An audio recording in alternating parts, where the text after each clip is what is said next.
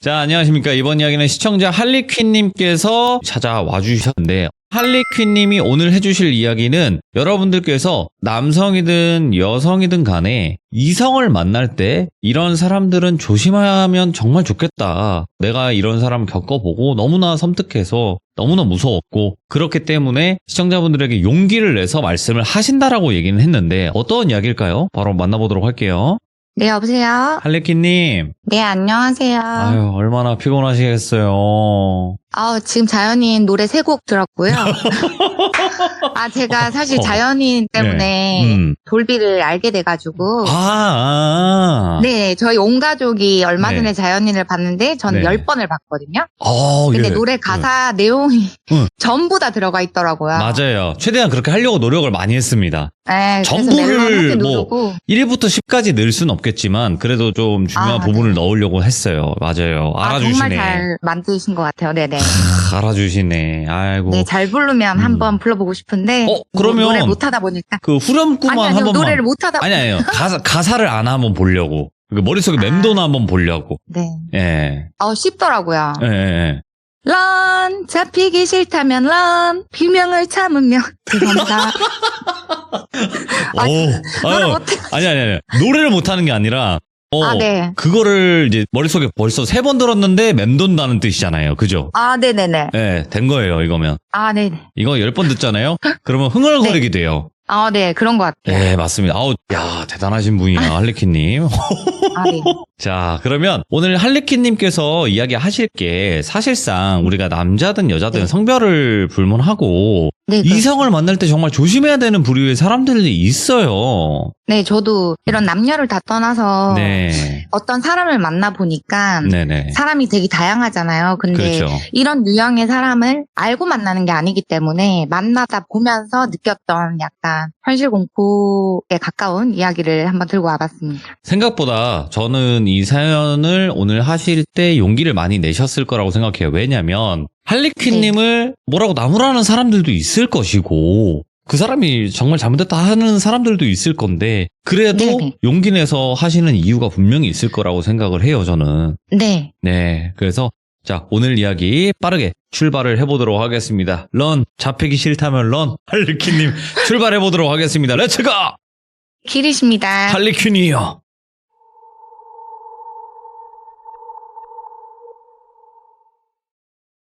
일단 이 이야기를 제가 10년 만에 처음 꺼내는 거고요. 현재는 제가 결혼 4년 차예요. 그래서 지금 현재 신랑을 만나서 행복한 결혼 생활을 하고 있는데 10년 전에 일을 이제 꺼내보려고 해요. 이제 이 이야기는 앞서 돌비님이 말씀하신 것처럼 정말 조심해야 되는 사람의 유형 중에 한 명이라고 생각을 해서 이제 시청자분들이 조금 답답하거나 다소 찌푸려질 수 있는 내용들이 있을 수는 있어요. 그래도 조금 너그럽게 양해해 주시면 감사하겠습니다. 일단 얘기의 처음이 2011년도 제가 대학교 OT 때 일인데 제가 11학번이거든요. 그래서 대학교 OT를 가고 있는 길에 지하철역 안에서 누가 계속 빤히 쳐다보는 시선이 막 느껴지는 거예요. 그래서 눈을 살짝 돌렸더니 그냥 이건 제 표현이에요. 만화를 찍고 나온 듯한 정말 잘생기고 외모가 훤칠한 어떤 남성분이 저를 쳐다보고 있더라고요. 그래서 순간적으로 이제 눈이 마주쳤는데 보통 사람 같으면 눈을 피하잖아요. 근데 제 눈을 빤히 보고 눈을 안 피하시는 거예요. 그래서 이거는 잘생긴 사람이 나를 봐주는데 감사해야 되는 건가? 이런 생각으로 제가 눈을 피했어요. 그래서 얼굴이 시뻘개져서 이제 지하철역을 내렸는데 한참을 이렇게 걷고 있었어요. 대학교 OT를 가기 위해서. 근데 뒤에서 저기요 이렇게 부르는 거예요. 그래서 네 하고 돌아봤더니 방금 그 남자분이신 거죠. 그래서 제가 땡땡학교를 가야 되는데 혹시 가는 길을 알고 계신가요? 이렇게 물어보시길래 직진해서 좌회전해서 한 100m만 올라가시면 땡땡학교가 있다. 그리고 저는 속으로 생각했어요. 나랑 똑같은 학교네? 그래서 이제 땡땡학교에 올라가서 이 이야기를 빨리 애들한테 해줘야 되겠다 하고 막 뛰어 올라갔어요. 왜냐하면 OT 때는 모르는 대학 친구도 많은데 저는 고등학교 친구들이 좀 많이 같이 갔거든요, 학교를. 그래서 얘들아 내가 오늘 오다가 지하철역 안에서 이러는데 갑자기 뒤에서 헤이 돌비 야 이제 왔어? 이렇게 막 엄청나게 크게 남성 무리들이 어떤 남자애를 향해서 막 웅성웅성 거리고 있는 거예요. 그래 돌아봤어요. 근데 또 그 친구인 거예요. 근데 심지어 같은 학교, 같은 학과였던 거죠. OT를 이렇게 마치고 나오는데 그 친구가 정말 해맑게 웃으면서 아 이것도 인연인데 우리 정말 친하게 지내자 이러길래 전 솔직히 내심 좋긴 좋았어요. 왜냐하면 남사친이 없었거든요. 제가 여고를 나왔기 때문에 남사친도 처음이었고 주변에 다 여자들밖에 없는데 심지어 키도 크고 잘생기고 인기도 많은 친구가 저보고 먼저 친구를 하자고 하니까 저는 이제 마다할 이유가 없었죠. 그래서 그 친구랑 엄청 친하게 잘 지냈어요. 가끔 밥도 먹고 이렇게 다니다가 대학 선배님들이랑 다 모여서 하는 무슨 술자리가 있었어요. 근데 제가 그 당시에는 주량이 소주 3잔을 먹어도 머리가 빙글빙글 돌 정도로 조금 술을 못 마시던 편이었는데 아, 위험하다. 이제 강제적으로 선배들이 한 잔씩 먹자 해가지고 먹다가 취기가 오른 거죠. 근데 그거를 이제 돌비가 체크를 하고 할리퀸 잠깐 나가서 아이스크림 먹고 들어오자 이래서 나와가지고 야 고맙다 이러면서 이제 아이스크림 먹고 야 너 진짜 되게 따뜻한 사람이다 뭐 이렇게 서로 막 나도 너 같은 친구 만나서 좋아 이러고 서로 독담을 주고 받았어요. 근데 네. 막 남자로 느껴지고 이런 건 아니었고 아 그냥 좋은 친구다 이 정도에서 이제 생각은 그쳤어요. 그리고 나서 저는 새로운 남자친구를 만나게 되죠. 그 당시에. 왜냐면 그 친구랑은 친구였지 막 썸을 타거나 이런 관계도 아니었고요. 그냥 학교에서 만나고 친하게 지냈지 따로 연락을 하거나 이러지도 않았어요. 그래서 이제 절 좋다 하는 선배를 만나게 된 거죠. 그래서 한 3년 정도를 만났는데 이 친구한테 이 남자친구가 교제한다는 사실이 소문이 퍼지고 얘기를 하면서 이 친구가 학교를 안 나오기 시작했어요. 연락을 해도 받지를 않고 다른 친구들이 연락을 해도 받지도 않고 나중에 들어보니까 군대를 갔다 하더라고요. 아. 그래서 2년 이상 연락이 안 되고 3년 이상 연락이 안 돼서 이제 완전히 잊혀졌어요. 기억에서. 네. 근데 지금은 인스타그램이 뭐 유행을 많이 하지만 예전에는 페이스북을 많이 했단 말이에요. 페북이었죠. 네네. 네. 네, 그 시대는 페이스북 시대였는데 네. 싸이월드랑 거기에 이제 그 친구의 소식이 올라온 거예요. 근 4년 만에. 근데 공무원이 되어서 제대를 하고 엄청 멋진 남성이 된 거죠. 오. 근데 연락이 왔었어요. 와가지고 그 당시에 만나던 남자친구랑은 3년 반 정도를 교제를 하다가 헤어진 지 6개월 정도가 됐을 때였거든요.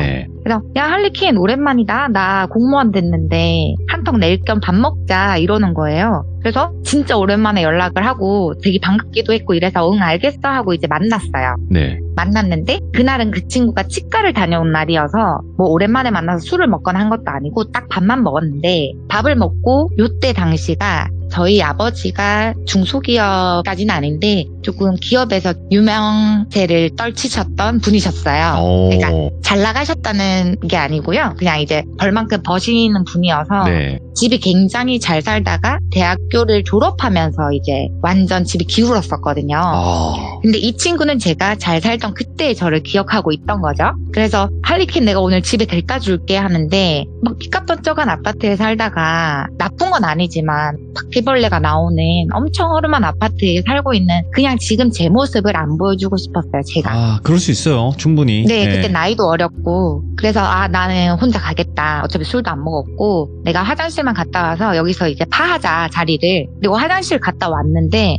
택시를 이렇게 잡아주더라고요. 그래서 택시를 탔는데 얘가 따라 타요. 그래서 내가 너 왜 따라 타 내려 이랬는데 아 너희 집 주소 이미 알아 이러고 갑자기 기사님한테 저희 집 주소를 읊는 거예요. 뭐야? 그래서 저 너무 소름 돋아서 너 어떻게 우리 집 주소를 알아? 이랬는데 제가 화장실 잠깐 간 사이에 핸드폰으로 엄마가 걱정이 돼서 전화가 왔던 거예요. 언제쯤 들어오는지. 근데 보통 친구는 안 받아요. 그쵸? 근데 엄마 하트가 되어져 있는데 제 전화를 받아서 어머니 저 김돌비라고 하는데요. 할리퀸이 술을 많이 취해가지고 혼자 집에 못 갈 것 같으니까 제가 데려다 줘야 된다. 예. 그래서 이제 주소를 좀 보내주시면 제가 그 주소로 안전하게 데려다 주겠다 하니까 저희 엄마 입장에서는 돌비가 고맙잖아요. 그래서 주소를 보냈던 거죠. 근데 네. 저는 술을 먹은 것도 아니고 그냥 멀쩡했던 상태로 택시를 탔는데 그 히스토리는 엄마를 만나서 알게 됐고 어쨌든 그 친구가 저희 집을 알게 됐어요. 알게 되고 나서 계속 저희 집을 밥 먹듯이 찾아왔어요. 저도 그때 백수였고 그 친구는 이제 공무원을 붙고 나서 얼마 되지 않은 때여서 이제 명예직을 하는 공무원들은 학교를 가거든요. 뭐 경찰 학교, 소방 학교 이렇게 학교를 가잖아요.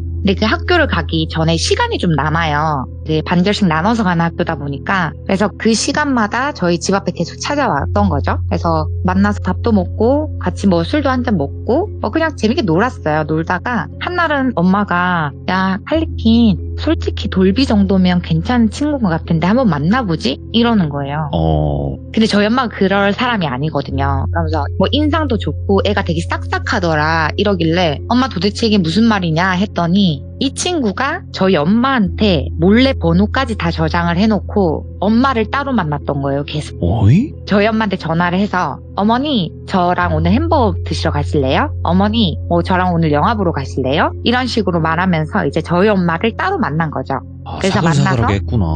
저는 할리퀸이 너무 좋은데 할리퀸이 이성적으로 저는 만나고 싶은데 아직 조금 거부하는 것 같다. 어머니가 좀 도와주세요. 이런 식으로 얘기를 했던 거죠. 네. 저희 엄마는 엄청 이쁘잖아요, 이 친구가. 그래서 이제 만나보라고 해서 만났어요. 네. 만나고 나서 시간이 3개월도 안 지났어요. 아, 세상에 이렇게까지 나를 사랑해줄 수 있는 사람이 부모 말고 또 있구나 할 오. 정도로 엄청 잘해주는 거예요. 그래서 그 친구가 어떤 땡땡 학교를 들어가고요. 이제 소방학교를 들어가고 학교에서는 주말마다만 나올 수 있어요. 평일에는 이제 몰래 통화를 해야 되는데 통화를 하다가 갑자기 자기가 제가 밖에 혼자 있는 게 너무 불안하대요. 그래서 내가 이렇게 불안하지 않게 하려면 네가 내 부탁을 하나 들어줬으면 좋겠다 이러길래 무슨 부탁이냐 이렇게 물어봤더니 혼인신고를 하자고 하더라고요. 24살이었고 예. 이제 혼인신고를 하재요. 근데 저도 살다가 생뚱맞은 얘기를 처음 들었고 일단은 그 친구가 너무 불안하다고 하면서 혼인신고를 하자고 하는 거죠. 그래서 제가 일단 엄마한테 얘기를 했어요. 저는 이제 그게 판단이 분명히 아닌 게 확실하고 원래는 결혼식이란 걸 하고 부모님 상견례도 하고 이런 절차들이 있다고 정도는 알고 있는데 혼인신고를 부모님 모르게 하자고 하니까 이게 조금 걱정이 됐던 거죠. 그래서 엄마한테 말을 했더니 당연히 어머니는 아무리 좋은 친구지만 만난 지 얼마 안 됐고 그냥 지금처럼 예쁘게 만나라. 혼인신고는 말도 안 되는 얘기다. 그렇게 이제 얘기가 끝났어요. 그래서 제가 그 얘기를 돌비한테 전달을 했고 돌비가 좀 서운해했지만 주말에 또 나왔어요. 네. 나왔는데 너가 나를 사랑한다면 혼인신고를 해줬으면 좋겠다. 또 그 얘기를 하는 거예요. 네. 그래서 그 얘기는 끝난 것 같은데 계속 얘기를 하는 이유가 뭐냐 했더니 너는 지금 집이 기울었고 너도 지금 직장이 없는 무직 상태에다가 너희 집에서 너를 케어해줄 사람도 없는데 나는 공무원이고 군대도 제대를 했고 우리 집은 그래도 좀 사니까 내가 너를 케어하고 돌봐주겠다. 그러니까 너 나한테 시집 와라. 이렇게 된 거죠. 근데 이게 얼마나 무섭냐면요. 지금은 가스라이팅이란 단어가 있지만 그때는 그런 게 없었어요. 근데 아버지가 사업을 크게 하시다가 이렇게 조금 많이 잘못되고 나니까 사람이 살짝 우울증이 오더라고요. 안 그래도. 네. 네네. 그러면서 뭔가를 해도 재미가 없고 우울하고 계속 그런 와중에 이제 이 친구가 계속 내가 널 책임질게. 내가 널 지켜줄 거야. 나밖에 없어. 널 지켜줄 사람. 계속 이렇게 얘기를 하니까 뭔가 모르게 해야 될 것 같은 생각이 드는 거죠. 그래서 증인이 2명이 필요하다는 걸 알게 됐어요. 이제 네이버를 막 검색하다 보니까. 그래서 그 증인 2명을 제 친구로 세우고 4명이서 이제 구청을 갔어요. 네. 근데 친구들이 울고불고 난리가 난 거예요. 이건 아니다. 오? 왜 너가 갑작스럽게 얼마 만나지도 않은 친구한테 저렇게 가냐. 아무리 저 친구가 좋아도 그렇지. 근데 그 친구들이 그런 이야기를 하는 이유 중에 하나는 그 친구를 저는 대학교 때 만났는데 고등학교 때 소문이 굉장히 안 좋았던 친구래요. 그래요? 왜냐면 제가 있었던 지역은 한정적이라서 한 다리 건너면 다 아는 지역이었거든요. 그렇기 때문에 이 부분에 대해서 어떻게 해야 될까 계속 고민을 하다가 결국에는 일단은 안 하고 나왔어요. 근데 제가 그날을 아직도 기억하는 게 금요일이었거든요. 그리고 비가 엄청나게 쏟아졌어요. 제가 장화를 갈아 신으려고 집에 들어갔는데 얘가 갑자기 주머니에서 할리퀸 내가 진짜 마지막 마음으로 너한테 모든 걸 다 말할게 하면서 이제 반지랑 프로포즈 영상이라고 하긴 좀 뭐한 핸드폰 영상에 녹음을 이제 엎어가지고 만나보자 이렇게 된 거죠. 결혼을 하자, 결혼식을. 그래서 그날 문자로 각자 부모님한테 저희는 이제 허락 없이 이렇게 해서 너무 죄송한데 혼인신고를 하겠습니다 하고 이제 혼인신고를 하고 나왔어요. 근데 이제부터 이야기가 시작인데 이렇게 사랑을 주고 이렇게 행복을 주던 사람이 제가 살던 지역에 시내가 하나 있는데 금방골목이 있어요. 그냥 지역까지만 말씀을 드리면 대구의 교동이라는 시내 골목이 있거든요. 예. 그 교동시장을 갔던 이유가 뭐냐면 저한테 사준 반지를 친구들한테 돈이 없으니까 빌려서 이제 한 돈 100만 원을 주고 사준 거예요. 근데 너무 좋으니까 본인도 똑같은 반지를 빨리 하고 싶었던 거죠. 그래서 또 다른 친구들한테 돈을 빌려서 그 반지를 맞추러 교동을 가던 길이었어요. 네. 근데 그때 코롱 매장에 지금도 고가 제품인데 안타티카라는 패딩이 있거든요. 네. 근데 이제 그 당시에 70만 원이 넘는 패딩인데 그냥 제가 그걸 보면서 아 우리 아빠가 지금 사업이 괜찮았으면 저 패딩 내가 지금 입고 있었을 텐데 어리니까 그런 생각할 수 있잖아요. 그러면서 아 패딩 너무 이쁘다 이렇게 하고 보고 있는데 제가 보던 시점에서 어떤 남자가 문을 열고 나온 거예요. 근데 키가 훤칠하게 크신 어떤 남자분이셨던 거죠. 근데 갑자기 이 친구가 저한테 패드립을 시작하면서 10원짜리 욕을 해대면서 이런 걸땡 같은 년이 너 원래 이런 애냐면서 지나가는 남자 쳐다보고 그런 미친 이런 년이었냐면서 막 욕을 미친 듯이 하는 거예요. 교동 한복판에서. 갑자기? 예? 네, 혼인신고하고 15분 뒤에요. 이 상황이. 그러니까 저는 얼마나 당황스럽겠어요. 그래서 예. 아무 말도 못하고 멍하니 쳐다봤어요. 그냥 쳐다보고 있다가 눈물이 막 끝까지 날 것 같은 걸 참으면서 어떻게 이런 식으로 얘기를 할 수가 있냐. 지금 당장 다시 구청 가자면서 이제 멱살을 끌어당기면서 제가 구청 가서 다시 그거 취소하자 이러는데 저한테 떡대가리가 알지도 못하면서 이미 구청 끝났고 시간 금토일 지나고 월요일날 확정 판정 받는데 어떻게 물으냐면서 머리가 어떻게 됐냐 뭐 이런 식으로 얘기를 하는데 제가 알던 사람이 전혀 아니었던 거예요. 와, 15분 만에, 와. 네, 혼인신고하고 나와서 15분 만에. 그래서 제가 진짜 너무 보기가 싫어가지고 교동 뒤에 조그마한 골목이 하나 있어요. 거기로 막 뛰어가서 숨어 있었거든요. 근데 전화가 막 울리는데 벨소리가 울리는 거예요. 그래서 벨을 끄고 쪼그리고 앉아있는데 이제 터벅터벅 눈앞에 그 친구의 신발이 탁 쓴 거죠. 근데 갑자기 얘가 진짜 제가 말하면서 소름 돋는데 네. 무릎을 꿇고 빌어요. 막 미안하다고. 네. 내가 어떻게 너한테 이렇게 행동을 하고 이렇게 말을 했을까. 진짜 미안하다. 한 번만 용서해달라. 근데 저는 너무 충격적이니까 이게 도저히 마음에서 상처가 안 지워지는 거예요. 그래서 고민을 계속했어요. 근데 앞불사 월요일 오후 2시쯤에 신고 접수하신 혼인신고가 확정되었습니다. 뭐 이렇게 왔나? 와가지고 이제 서류상은 부부가 된 거죠. 결혼식도 안 하고 사실혼 관계도 아니고 상견례조차도 안 했는데 그냥 저희는 법적으로만 부부가 된 거예요. 그래서 이까지 들으면 저도 지금 생각하면 너무 답답하고 너무 이렇게 철이 없고 생각이 없었던 것 같은데 아니 근데 그래도 그 전에는 이런 사람이 있을까 싶을 정도의 사람이었잖아. 누가 봐도. 네, 너무 행복하게 잘해줬어요. 와, 이건 진짜. 뭐야. 그리고 사람들 앞에서 있을 때는 정말 세상 천사인데 둘만 있으면 행동이 변해요. 네. 예를 들어서 비가 오는 날 비 예보를 듣고 나가는 사람도 있지만 비 예보를 듣기 전에 일찍 집에서 나가는 사람도 있어요. 근데 제가 우산을 안 챙겨간 거예요. 그래서 지금 비가 오는데 너 우산 챙겨갔어? 연락이 와서 내가 우산이 없어서 하나 사려고 이렇게 보냈는데 기다려봐 하고 제가 있는 학원에 오더니 우산 안 챙겨갔다고 10원짜리 욕을 하면서 대구 시내 한복판에서 사람들 다 쳐다보는데 일기예보도 안 보고 다니는 사람이 어딨냐면서 막 그러는 거예요. 와. 그래서 내가 정말 정신병자를 만났구나. 제가 진짜 그렇게 생각을 했어요. 네. 저희가 이런 사소한 걸로 너무 싸우니까 그 남자 쪽 부모님 어머니가 저만 데리고 당집을 가셨거든요. 네. 근데 당집을 데리고 들어가시기 전에 조카라고 얘기를 할 테니 너는 가만히 있거라. 아무 말도 하지 말고 그냥 이모를 따라온 조카다. 그래서 당집을 딱 들어갔어요. 그래서 어떤 것 때문에 왔냐 하니까 제 아들이 결혼할 여자가 있는데 너무 많이 싸운다. 그래서 얘네가 합이 안 맞아서 싸우는 건지 뭐 때문에 싸우는 건지 좀 알고 싶어서 왔다. 이렇게 얘기를 하면서 이제 김돌비, 할리퀸 개인 정보를 이렇게 넣어드렸죠. 궁합을 근데 갑자기 보겠다.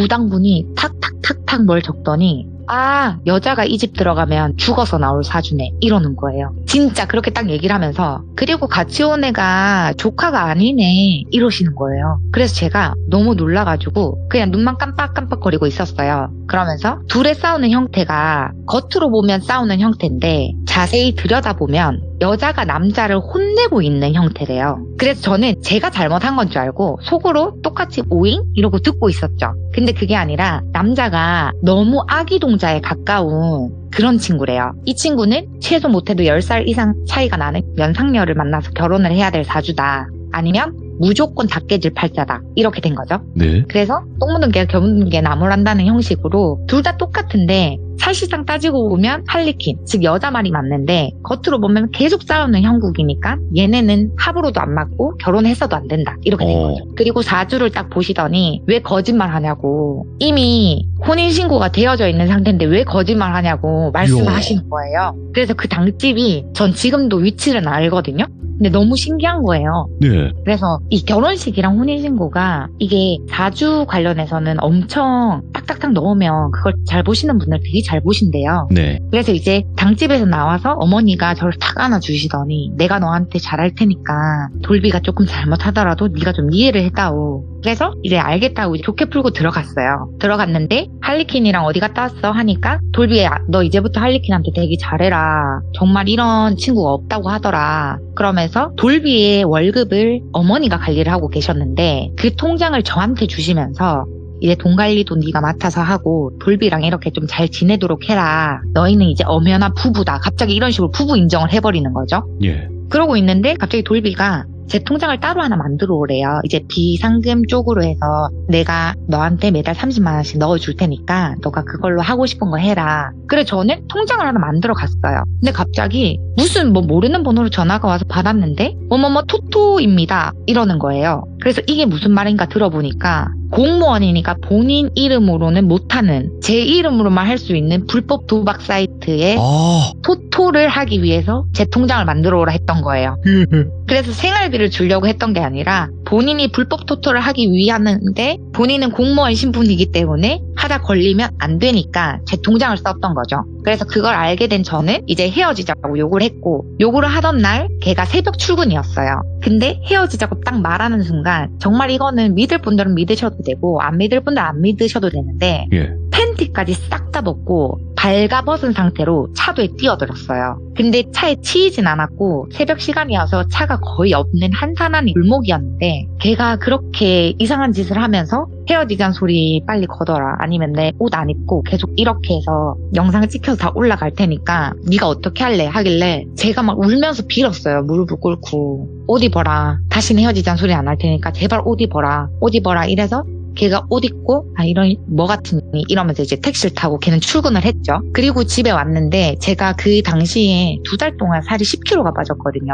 그랬더니 저희 엄마가 물어보더라고요. 한날 너 혹시 무슨 일이 있냐 그랬더니 엄마가 뭐 때문에 그러냐 제가 물어봤더니 어제 들으려고 한 건 아닌데 저희가 같이 산 건 아닌데 서로 집을 왔다 갔다 하면서 부모님 있는 집에서 잤거든요. 각자 한 번은 저희 집 한 번은 그쪽 집 가서 이렇게 주말을 부모님들이랑 보냈는데 네. 어제 물을 마시려고 나왔다가 들어가는데 문이 살짝 열려 있어서 들어보니 이걸 진짜 칼로 찔러 죽여버릴까? 이 얘기를 들으셨대요. 근데 그게 어떤 일이었냐면 그 친구가 저 몰래 이제 여자들이 나오는 술집에 간 거죠. 근데 제가 핸드폰을 보려고 본 게 아니라 예. 자고 있는데 계속 깜빡깜빡거리고 띵동띵동 거리길래 이제 그걸 무음을 하려고 딱 하다가 보니까 내용들이 계속 올라오는 거예요. 문자 메시지 내용들이. 야, 잘 들어갔어? 오늘 여자들 죽이더라? 야, 넌 어땠냐? 아직 연락해? 2차 안 갔어? 뭐 이런 식으로. 와.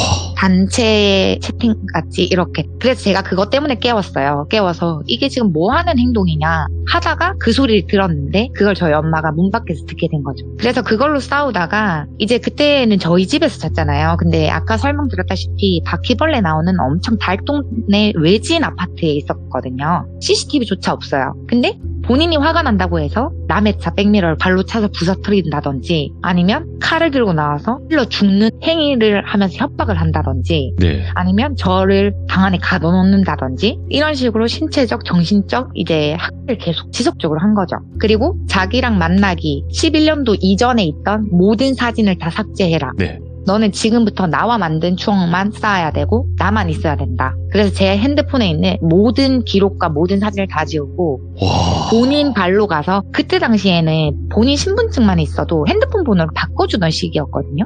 예. 근데 본인이 이제 제 번호를 함부로 바꿔서 오고, 그래서 주변에 있는 모든 사람들과의 이제 모임이라든지 이런 걸 다 못 가게 차단을 막았어요. 전 완전 고립됐죠. 그래서 제발 헤어져 달라고 요청을 하다가도 안 돼서, 제 친구가 도저히 안 돼서, 걔가 어차피 원룸이 이제 시기가 끝나는 과정이어가지고 저희 집 근처로 이사를 와줬어요. 고맙게. 제가 그 친구 집에서 한 달을 살았거든요. 집도 못 가고. 그러다가 완전 타 지역으로 갔어요. 제가 도망을 간 거죠. 이혼을 안 해주니까, 서류상 정리를 안 해주니까. 근데 땡땡 병원에서 근무를 하고 있는데 갑자기 전화가 왔어요. 네. 할리퀸 쌤, 지금 쌤 찾는 전화 왔는데 한번 받아보실래요? 하고 6개월 만에 받은 전화가, 야, 잘 숨었다, 이거였어요. 근데 타 지역으로 이사 간 거를 어떻게 알았으며, 병원을 다니고 있는데 전화가 와서, 너 땡땡 병원 어디 실 뭐뭐뭐 번호까지 내가 이렇게 다 안다. 너 지금 내가 그 병원 가서 깽판 치기 전에 당장 대구로 올라와. 이렇게 된 거죠. 근데 제가 그 전화를 받고 이제 벌벌 떨면서 막 우니까 옆에 있던 언니가 상황이 좀 이상하잖아요. 통화 내용이. 그래서 뭐 때문에 그러냐 하길래, 아, 제가 사실상 이렇게 돼서 예전에 만났던 친구가 있는데, 이 친구가 이제 제가 자꾸 뭘 행세를 한 것도 아닌데 왜 친구들끼리 만나서 솔로들의 파티 이렇게 친구가 저를 태그해서 올렸어요. 근데 그걸 보고, 와, 이놈 봐라, 결혼해놓고 솔로인 척하고 돌아다니네? 이런 식으로.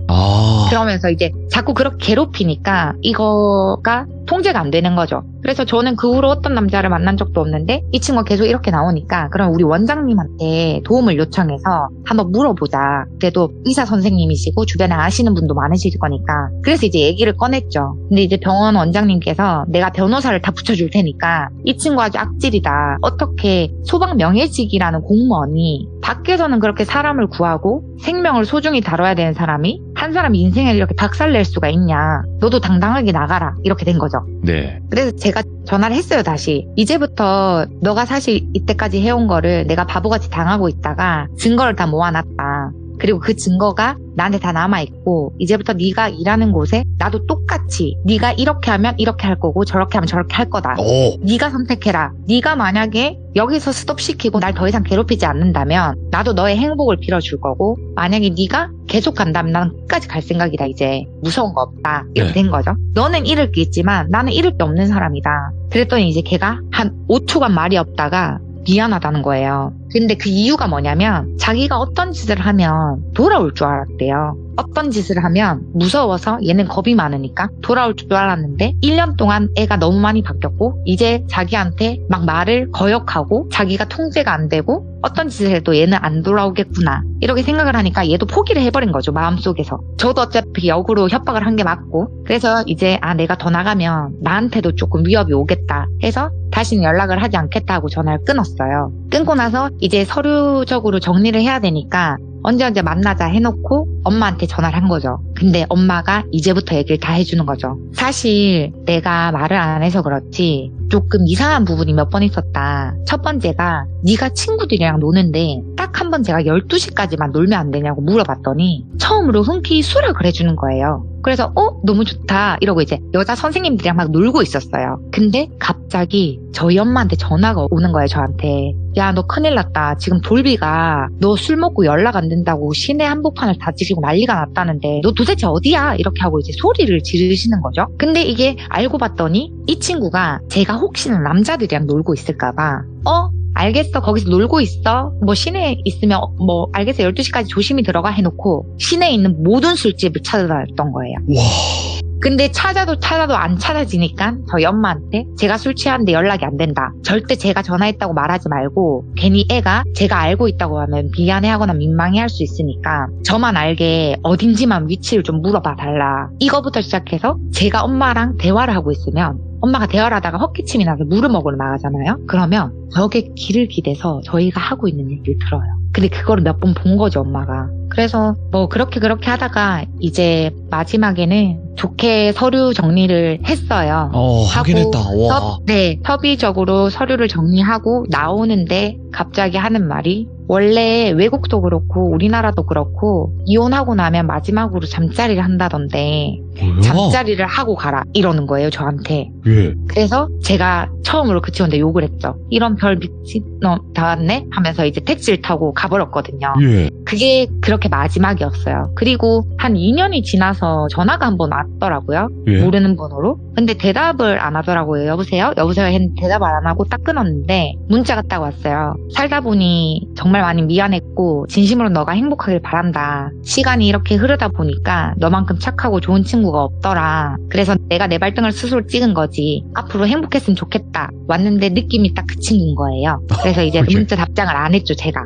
와. 그리고 제일 최근에 들은 소식이 10살 이상의 연상을 만나서 뭐 결혼 준비를 하고 있다. 뭐 이런 얘기만 전해 듣고 한 번도 마주치거나 한 적은 없어요. 그래서 얘기가 뭐 장황하다면 장황하고 저도 10년 동안 이런 얘기를 처음 꺼내보다 보니까 이에 서두도 조금 없고 순서도 왔다 갔다 거렸을 수도 있어요. 근데 제가 그냥 얘기를 들고 온 이유는 대외적으로는 정말 멋있는 사람이 뒤에서는 정말 사람을 죽음에까지 생각이 죽음까지 들게 할 수도 있구나. 이거를 이제 깨닫게 된 이유였죠. 네. 지금 할리퀸님의 이야기를 들어봤을 때 이렇게 살고 계신 분들이 분명히 지금 이 안에도 있을 거예요. 듣고 계신 네. 분들 중에서도. 근데 이게 생각보다 겁이 많이 나거든요. 그걸 네. 거역한다라는 표현을 쓰긴 좀 그렇지만 내가 이 사람을 거역했을 때 이 사람이 무슨 짓을 할지 모른다라는 그 두려움, 그리고 더 심한 사람들은 사실 너가 나랑 헤어지면 내가 너네 부모님을 어떻게 해야겠다 이런 맞아요. 표현을 쓰는 사람들도 있어요. 저도 많이 네. 본 적도 저도 그거 있고. 받았어요, 협박. 아, 네. 있어요? 데이트 네. 폭력을 하거나 가스라이팅을 하는 전형적인 유형이거든요. 네네. 사실 아. 제가 많이 순화시킨 거지, 전 진짜 많이 맞았고, 부모님에 대한 협박도 되게 많이 받았고, 네. 패드립도 엄청나게 많이 했고요.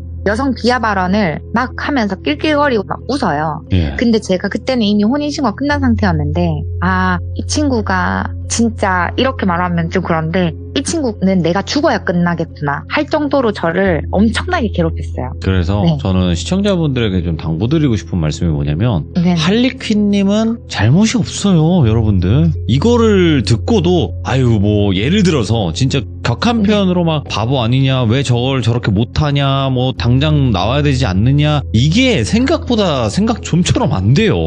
실제로 네. 이렇게 당해보면. 네, 그렇더라고요. 예, 그래서 이런 일들이 벌어지는 거고, 그리고 그 사람들은 그런 타겟층들만 노려요. 자기보다 세다 싶으면 못 만나요, 그런 사람들은. 돌미님은 돗자리를 까셔야 되겠네요. 왜요, 네. 왜요? 아, 그 전에 만났던 여자분도 같은 일을 겪다가 헤어지셨더라고요. 아니, 제가 왜 이렇게 말씀드릴 수 있냐면요. 네. 저 20살 때 일하던 알바하는 데에서 옆에 그 누나가 있었거든요? 네네. 그 누나한테 말 걸고 있는데 밖에서 이렇게 누구 남자가 지켜보고 있더라고요. 그래가지고 뭐 누구냐가 그 누나가 바들바들 떨어요. 왜 그러나 싶은데 저보고 나오래, 바깥으로. 네. 나갔죠? 나가니까 바로 저를 폭행을 하는 거예요. 얼굴 눈부터 때리면서. 그러더니 너는 그냥 죽여야겠다 하더니 화장실을 가서 마대자를 부러뜨려가지고 뾰족하게 해서 찌르려고 오는 거예요. 아. 저는 그래서 결국에 이제 알바하는 데에서 사람들 나와가지고 말리고 해가지고 알아보니까 그 여자분이 똑같이 이렇게 겪고 있었어요. 아.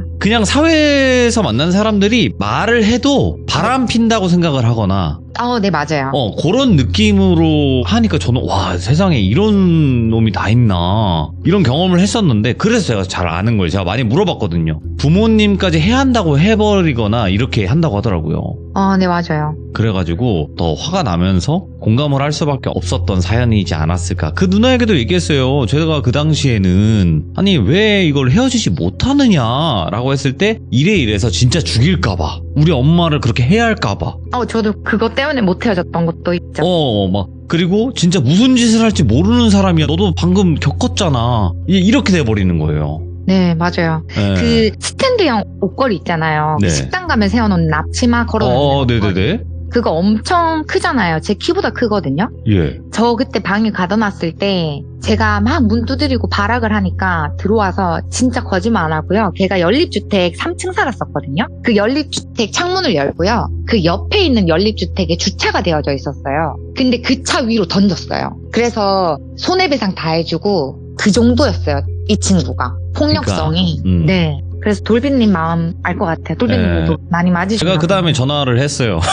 네. 경찰서로 올래, 뭐 어떻게 할래 하니까 제가 반말을 했거든요. 네네. 그러니까 나랑 술 한잔 할래 형이랑 뭐 이런. 맞아요. 내가 이 니랑 강하게 술을 왜 나간다, 처먹어 진짜. 이랬지. 그러니까 미안하다고 하면서 그랬던 맞아요. 기억이 있었어요. 그러니까 세게 나가니까 이제 맞아요. 현실을 오히려. 인지해버리는 거예요. 네. 그래가지고 센 거 뒤에 약한 모습이 많더라고요. 아, 생각보다. 네네네. 그래서, 이게, 일단은 무슨 행동을 했으니까, 보여줬으니까, 더한 행동도 할 수 있다고 생각을 해버리는 거니까, 그래서, 이제 함부로 못 끊어내는 그런 분들이 많을 거예요, 생각보다. 지금 듣고 계신 분들 중에서도 경험하신 네. 분들이 있을 거고, 그래서 그렇다라는 것을 조금만이라도 이해해 주시고, 알아주셨으면 좋겠다라고 생각이 들고, 오늘 할리퀸님께서 굉장히 용기를 냈다고 저는 보고요. 이런 사람들을 조심하면 좋겠다. 우리 귀족님들만큼은 이런 생각으로 참여해 주셨다고 생각을 합니다. 이거는 엄연한 현실 공포예요. 그죠? 네. 네, 오늘 할리퀸님 너무너무 용기 내주셔서 감사드리고, 지금 만나시는 남편분은 다른 분이시죠? 오해 없으시길 바라고, 네. 너무나 행복한 또 결혼 생활을 하고 계시니까 앞으로도 더욱더 행복하시고 좋은 결혼 생활 하시길 바라겠습니다. 감사합니다. 네, 감사합니다. 네.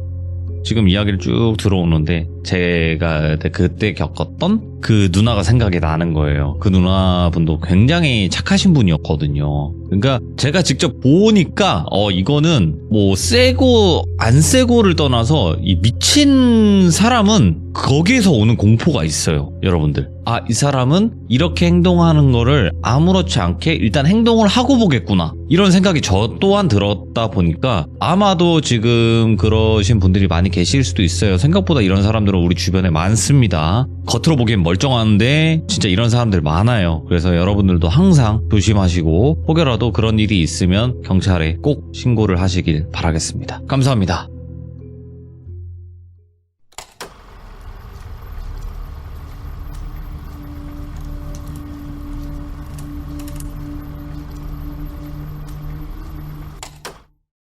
자, 이번 이야기는 시청자 할리퀸님께서 시들무에 찾아와 주셨고요. 오늘 해주실 이야기는 어떤 이야기가 될지 같이 한번 들어보도록 하겠습니다.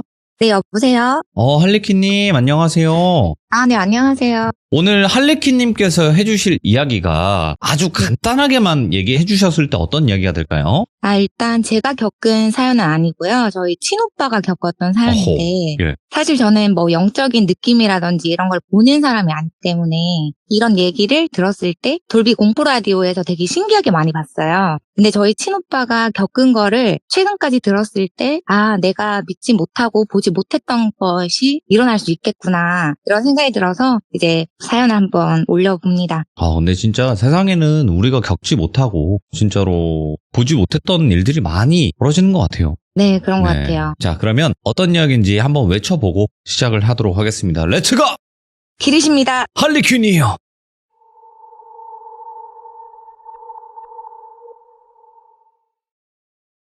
일단 저희 오빠 소개를 간단하게 좀 해드리면 오빠는 친구들이 못 보고 좀 못 느끼는 영가를 보기도 하고 느낌을 느끼기도 하는데 이게 대학교를 졸업할 때까지 좀 오빠가 그런 게 있었어요. 그래서 오빠가 저희 부모님이 맞벌이 하실 때 시골에 잠깐 외할머니 손에 클 때 엄마가 없었어요. 근데 엄마가 불러서 이렇게 따라갔는데 1시간을 엄마랑 얘기를 하면서 걸었는데 옆 동네에서 발견이 된다든지 그리고 친구들이랑 이렇게 지나가다 보면 예쁜 여자 학생이 뭐 지나갈 수도 있잖아요. 예. 그랬을 때 방금 지나간 저 여학생 진짜 이쁘지 않냐? 누구? 돌아보면 없어요. 그리고 저랑도 단지를 이렇게 걸으면 단지 안에 철계단 위쪽에 이렇게 물통 있잖아요. 큰 물통. 네. 그거를 물탱크라고 표현을 하죠. 물탱크 옆에 할리퀸아 저기 어린 여학생 하나가 앉아있는데 되게 슬퍼 보인다 이런 얘기를 종종 저한테 했단 말이죠. 근데 저는 그게 조금 이해가 안 갔고 오빠가 뭔가 조금 나와 다른가 이렇게 좀 걱정을 했던 때가 있어요. 근데 이 일의 첫 번째 계기가 있던 사건을 이제 말씀을 드리려고 합니다. 1998년도 때 있었던 일이고요. 저희 오빠가 이제 88년생인데 지금부터 27년 전 이야기입니다. 경상도 구미시에 두개동에 작은 아파트가 하나 있었어요. 근데 거기가 산을 깎아서 이렇게 만들다 보니까 지하 주차장이 엄청나게 깊어요.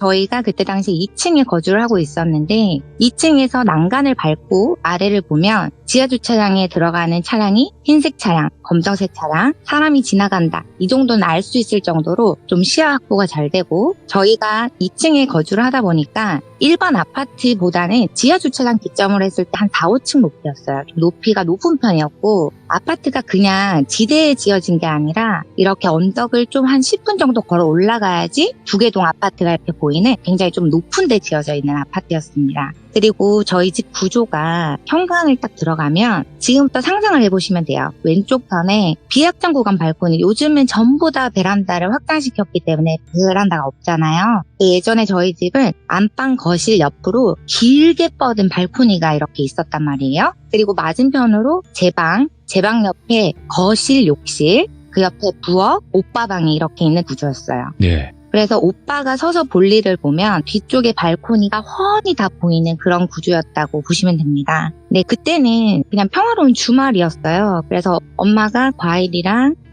이런 에피타이저를 좀 준비해서 좀 자주 먹었어요. 그래서 그날도 오빠랑 아빠가 베란다에서 놀고 있었고요. 이렇게 빨래 같은 걸 걷으면서 아빠가 얘기하는 걸 오빠가 깨르르 그러면서 웃고 있다가 과일을 들고 이렇게 나오는데 오빠한테 엄마가 과일 먹으렴 이렇게 하는데 엄마 위층에서 할아버지가 떨어지셨어요.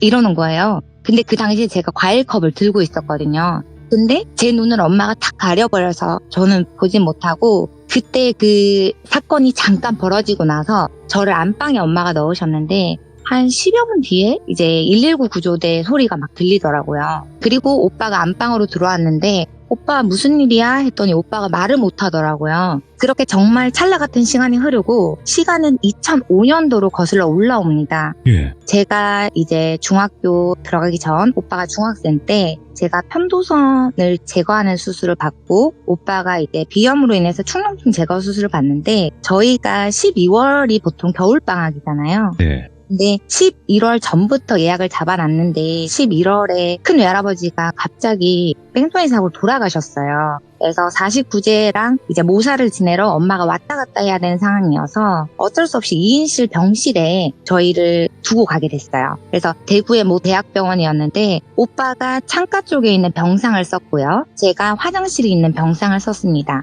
그래서 저도 창가에 좀 눕고 싶었는데 이제 가위가위를 지는 바람에 오빠한테 창가 자리를 양보하고 그날 이제 입원을 해서 다음날 오전에 수술을 들어갔다가 오후에 나오게 됐죠. 수술실에서 둘 다. 근데 둘 다 약균에 취해서 자다 깨달아 무한반복하다 보니까 어느새 밤이 됐습니다. 그래서 엄마가 이렇게 오셨고 새벽에 잠을 깊게 자다가 일어났는데 간호사 선생님이 제 수액을 교체를 해주고 계셨어요. 그래서 수액을 가네 하고 옆을 딱 돌아봤는데 저희 오빠가 잠을 안 자고 창가를 이렇게 바라보고 있더라고요. 근데 블라인드가 이렇게 쳐져 있었어요. 블라인드를 쳤다가 살짝 걷으면 틈새로 조금씩 보이는 블라인드 형태 혹시 아시나요? 그 형태를 이제 바라보고 있길래 속으로 왜 안 자고 멍하니 저기를 보나 오빠 왜 안 자? 물어보려고 하다가 목이 너무 아프니까 이제 그냥 잠이 들었어요. 그리고 다음날 오빠랑 매점을 가는 길에 오빠 왜 안 자고 있었어? 이렇게 물어봤더니 할리키나 사실 오빠가 어렸을 때 겪었던 일인데 너 할아버지 떨어진 거 기억나니? 이렇게 물어보더라고요. 그래서 내가 그때 그게 할아버지였어? 이렇게 물어봤죠. 네. 이제는 오빠 시점으로 잠깐 돌아가겠습니다. 저희 오빠가 이제 막 아빠랑 놀다가 위쪽에서 떨어지는 어떤 형상을 눈으로 봤는데 그 떨어지는 형상과 눈이 마주친 거예요. 어휴, 예. 근데 그때는 나이가 너무 어리다 보니까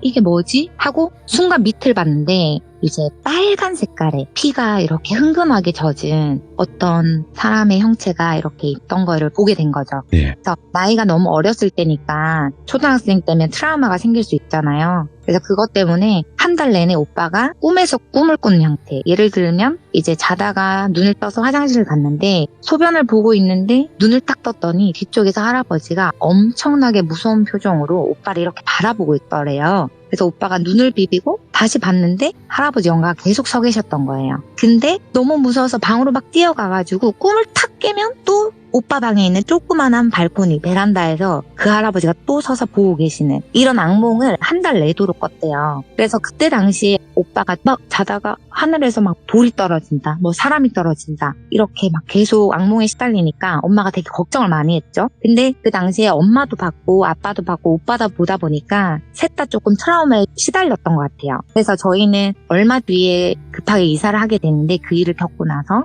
그래서 이제 오빠가 그 일을 겪고 시간이 조금 지나서 2005년도 저랑 수술했던 그 당시로 돌아왔는데, 수술을 하다가 약 기운에 눈을 탁 떴대요. 근데 누가 자꾸 나를 보고 있는 기분이 들어서 누가 날 보지? 하고 창가로 눈을 딱 돌렸는데 눈만 빨갛게 충혈된 그 할아버지 눈이 그 블라인드 사이에서 오빠를 내려다보고 있더래요. 그래서 오빠가 너무 놀래서 일어나려고 하는데 가위에 눌린 거죠. 그리고 그 장면을 제가 보게 된 거고요. 그래서 오빠 이거 나중에 한번 물어봐라. 이유가 있을 것 같다. 그리고 오빠가 잘못을 한 게 아닌데 할아버지가 왜 그렇게 무섭게 쳐다보고 있는지, 혹시나 전할 메시지가 있는 게 아닌가 한번 나중에 물어보면 좋을 것 같다. 또 꿈에 나온다면. 그래서 오빠가 시간이 또 4, 5년이 흘러요. 그래서 주기적으로 2, 3년 텀, 4, 5년 텀마다 할아버지가 계속 나오니까 한 번은 성인이 되고 나서 꿈에 잠을 자고 있는데 할아버지가 서 계시더래요 또. 그래서 오빠 물어봐라. 이게 딱 떠올라서 할아버지 왜 자꾸 이렇게 나오시냐, 할아버지 혹시 무슨 일이 있으셨어요? 뭐 억울한 일을 당하셨어요? 이렇게 물어봤는데 그렇게 무섭게 노려보던 눈이 되게 슬프고 비통하고 침울한 표정으로 변하더래요. 그러면서 자꾸 이렇게 제 꿈에 나타나시면 제가 너무 힘들고 좋은 곳으로 가셔야 되지 않냐, 이제는 좋은 곳으로 가셔서 제 꿈에 안 나오시고 좀 행복하게 사셨으면 좋겠습니다.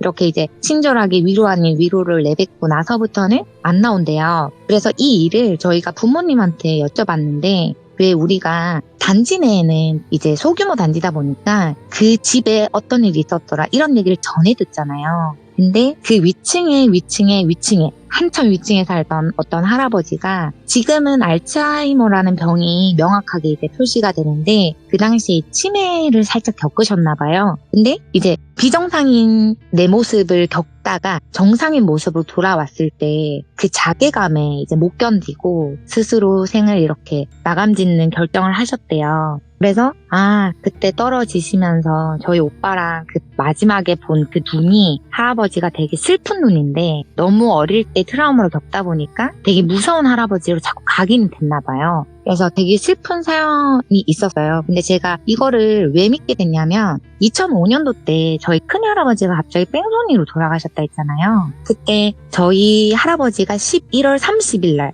겨울에 소천을 하셨고 12월 달에 저희가 수술을 받았거든요. 근데 그 사이에 49제를 준비하러 엄마는 시골을 왔다 갔다 하시는 상황이었어요. 그래서 그 당시에 저희 집, 이제 종종 어르신들이 모시는 선산에 가장 좋은 자리에 명당에 저희 할아버지를 모시고 이제 시간이 흐릅니다. 그리고 엄마가 할아버지가 너무 보고 싶은데 꿈에도 안 나오고 너무 보고 싶다. 그리고 나서 7월, 8월, 지금은 장마라는 개념이 거의 없지만 그 당시에는 비가 일정 기간 내에 엄청나게 많이 쏟아졌어요. 그때 엄마 꿈에 마당에서 할아버지가 온몸을 비를 적셔가지고 춥다 이러면서 계속 엄마를 막 찾아 헤매는 그런 꿈을 꿨대요. 나 너무 춥다, 나 좀 어떻게 해주련, 뭐 이런 식으로. 그래서 다음날 엄마랑 저랑 시골을 내려갔어요. 내려가서 삽이랑 모종삽이랑 다 들고 이제 할아버지 묘비를 갔죠. 그 산소 뒤쪽으로 해서 뚝이 하나 있었는데 그 뚝지를 저희가 손으로 다 파냈어요. 근데 거기 일정 뚝길이 빗물에 의해서 범람을 하다 보니까 중간중간에 흙이 흘러내려서 막혀있던 거예요.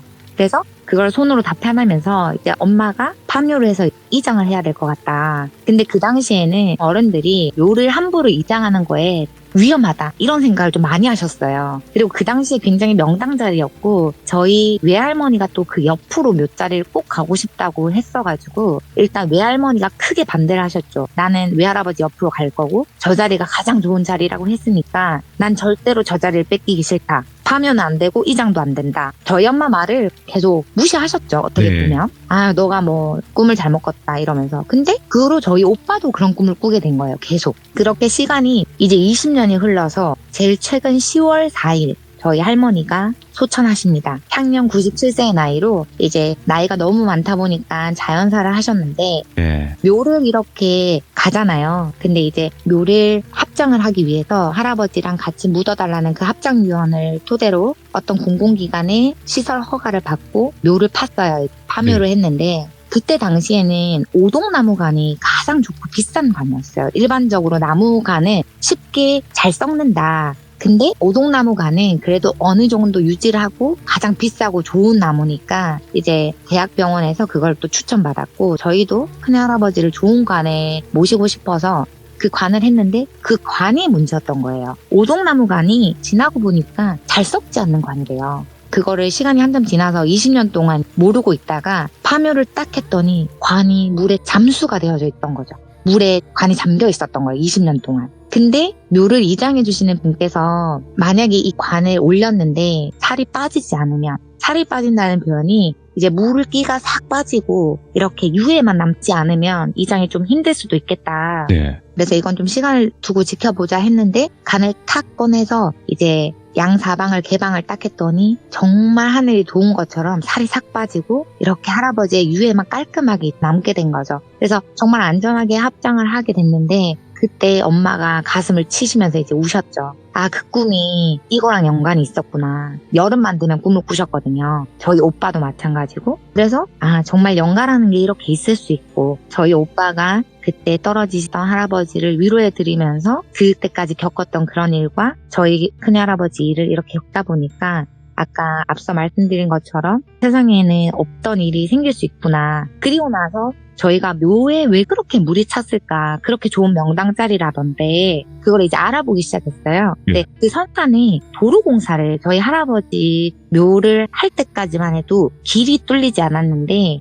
4, 5년 뒤에 거기 뒤에 할아버지 산도 바로 뒤로 새로운 길이 하나 났거든요. 근데 그 길을 따라서 하늘에서 비가 내리면 도로를 타고 내려 흘러야 되는데 거기에 고여있던 물이 할아버지 산소로 다 내려왔던 거죠. 그리고 할아버지 관에 그 물이 계속 쌓여서 흘러 넘치고 있던 거예요. 근데 그 꿈을 엄마도 꾸고 오빠도 꾸고 막 이렇게 꾸면서 아, 관에서 20년을 이렇게 춥게 있으셨구나. 왜냐면 저희 엄마가 큰할아버지가 돌아가시고 나서 되게 안 좋은 일을 많이 겪었거든요. 네. 제가 큰할아버지라고 말씀드리는 게 저희 엄마가 양녀세요. 그게 어떤 의미냐면 낳아주신 부모님의 친형이 자식을 갖지 못해서 저희 엄마가 이렇게 임시로 가서 컸죠. 딸로서.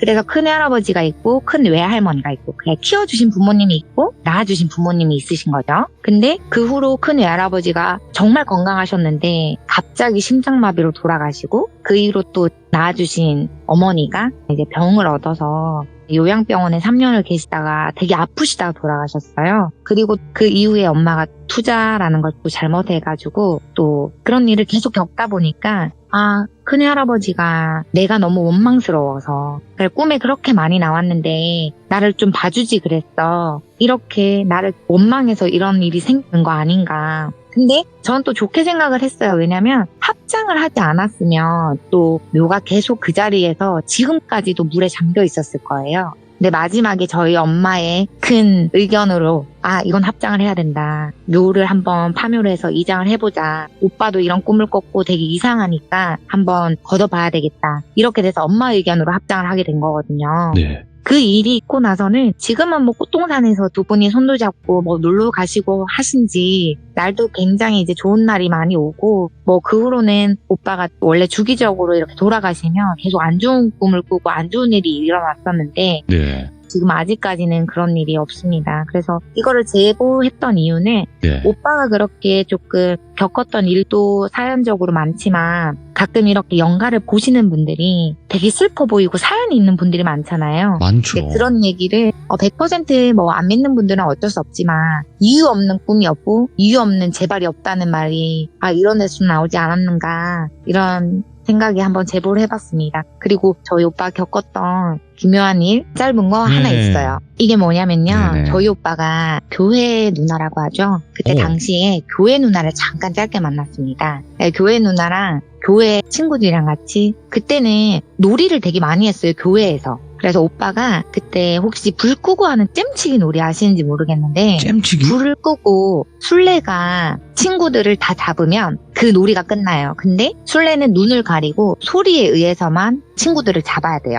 근데 그때 당시 이제 오빠의 여자친구랑 오빠 친구들이랑 해서 한 7명이서 교회에 불을 꺼놓고 그 놀이를 했는데 술래가 잼을 해서 잡히면 잡힌 친구들은 교회 옆방 조그만한 방에 가야 돼요. 양심적으로. 그래서 오빠가 술래가 돼서 눈을 가리고 잼치기를 시작하는데 오빠를 제외하면 6명을 치면 되잖아요. 그래서 정말 어렵게 처음에 한 명을 잡고 그 다음에 친구 2명이 같이 있었는데 키득키득 웃다가 2명을 봉시로 치고 그리고 교회 누나 이제 여자친구를 치고 2명이 남아서 막 더듬더듬 거리면서 가고 있는데 손을 탁 쳤는데 유독 손이 되게 차갑더래요. 그래서 왜 이렇게 손이 차지? 이러다가 옆에 이제 부스럭부스럭 소리가 나서 오빠가 잼을 딱 치고 아싸 이제 1명 남았다. 야 1명 조심해 이러고 이제 막 잼을 치러 다녔대요. 근데 오빠가 양손으로 탁 쳤는데 지나가다가 손이 양손에서 부딪힌 거예요. 그래서 너무 놀라서 불을 탁 켰는데 방 안에 아무도 없었어요. 네, 그런 일이 많아요. 저희 오빠가 친구들이랑 캠핑을 가도 혼자 친구들은 다 못 보는데 예. 야, 여기 되게 시끄럽다. 막 이러는데 주변을 돌아보면 뭐가 시끄러워? 우리밖에 없는데. 근데 돌아보면 저기 여자 소리 나잖아 해서 이제 막 담배 필 겸 막 남자친구들끼리 소변도 누울 겸 저기 사람 소리 나잖아. 저기 막 앉아서 놀고 있네. 이렇게 가보면 아무도 없어요. 그러니까 그런 거를 되게 많이 봐요. 물가나 예. 어디를 가다가 여기 조금 쎄한데 막 여기 느낌 좀 이상한데 이런 경우가 좀 많았어요. 그래서 그 교회 일이 저는 조금 신선했습니다. 불을 딱 켰는데 1명이 남아있을 줄 알았는데 아무도 없었대요. 그래서 방문을 열고 들어갔더니 1명이 화장실을 간다고 중간에 나간 거예요. 예. 그걸 이제 몰랐던 거죠, 오빠가. 뭐 야, 이런 일이 있었습니다. 아니 그냥 이야기를 들으면 들을수록 이게 네. 만약에 내가 네. 이런 일을 겪었어, 나 분명 여기 안에 있었어 하면 이상하게만 본단 말이에요. 그쵸. 그러니까 이런 시선들을 계속 이겨내면서 살아야 되는 그런 또 능력이자 저주라고도 생각하시는 분들도 있는데 할리키님 그나마 가족분이 믿어주시는 것만으로도 그쵸. 진짜 오빠분에게는 큰 힘이 될 거예요. 네, 홀려서 되게 많이 갔어요. 나이가 어린데도 어이구. 막 엄마랑 아빠랑 방에 없어서 막 찾으러 가면 옆 동네 할머니가 데리고 있다든지 그런 경우가 정말 빈번하게 많았고 유독 그 이제 1998년도에 일이 있고 나서부터 오빠가 많이 보고 많이 따라가고 그래서 조금 그게 트라우마로 좀 자리 남았지 않았을까 뭐 이런 생각을 해봅니다. 그리고 24살까지 그렇게 보다가 지금은 보지 않아요. 천만다행이다. 어이구. 네, 한창 많이 봤었어요. 고등학교 때부터 야자 끝나고 올 때도 누가 이렇게 어깨를 탁 치고 와서 오빠 죄송합니다 하면은 없어요 사람. 제가 봤을 사람이 텐데 오빠분께서는 좋은 귀신들을 보는 타입은 아니셨던 것 같아요. 왜냐면 어떤 특정 장소에 갔는데 뭔가 기분이 쎄하고 여기 조금 안 좋다라고 느꼈을 때 귀신을 좀 경험을 하시는 분이다 보니까 아마 좀 네. 한이 많거나 그런 좀 센 네. 귀신들을 많이 보시지 않았었을까 이런 생각도 들고 네. 여러 가지 생각이 많이 그랬던 것 드네요. 오늘 할리키님 뭐 본인이 말씀 네. 잘하시는 거 알잖아요 일단은. 네, 감사합니다. 네, 다음에 네, 또 네. 좋은 사연으로 만나 네. 뵙도록 하겠습니다. 알겠습니다. 오늘 할리키님 이야기 너무너무 잘해주셨습니다. 감사합니다. 네, 감사합니다. 네. 오늘 들려주신 이야기도 긴 이야기들은 아니었지만 그래도 굉장히 섬뜩한 이야기가 아니었나 생각을 합니다. 그리고 앞으로도 오빠분이 겪었던 이야기들이 몇 가지 더 있으신 것 같으니까 그때 또 응원해 주시면서 한번 이야기 들어보는 시간을 갖도록 하겠습니다. 감사합니다.